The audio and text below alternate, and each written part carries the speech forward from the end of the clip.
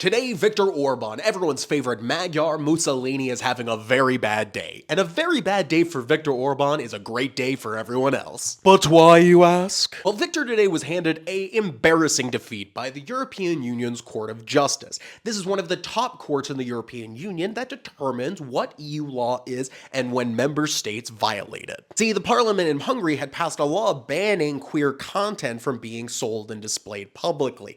This meant that they were violating a whole bunch of EU laws. Not only laws pertaining to the single market and things like GDPR and commerce, but also fundamental rights. Rights that are based in the treaty that formed the European Union, the TEU, which among many other things guarantees you a right to privacy, a right to equality, and a right to not be discriminated based on your sexual orientation or gender. The Advocate General went as far as to say that not only had Hungary gone against the baseline rights and rules inside of the charter itself, but was doing it in such a flagrant way as being oppositional to those rights themselves, not merely a disagreement of their implementation, but an outright hostility to them. The judgment also outlined that the Hungarian government did not provide any evidence to justify their main claim for why this law was needed, that it was protecting minors and children.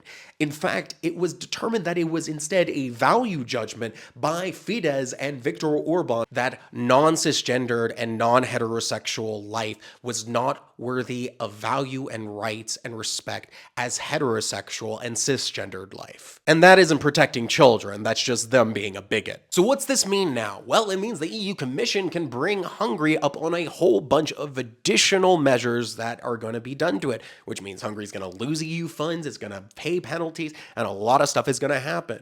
And this is a good thing because this is why it is important that Hungary remains inside of the European Union, because courts like the Court of Justice are able to halt some of the most extreme actions of the Viktor Orbán government, which I must remind you faces an election early next year and is in potentially the last months of its governance. For months, Hungarians have made it clear they are sick and tired of Viktor Orbán and they are done with his government. So we must be behind in solidarity with the Hungarian people as they fight for their lives to save their republic and oust the boss man in Budapest, Viktor Orbán. Now, if you can, please do some engagement, and if you really can, please subscribe or donate through any of my links in my bio. It literally helps me pay rent and do this sustainably. Thank you.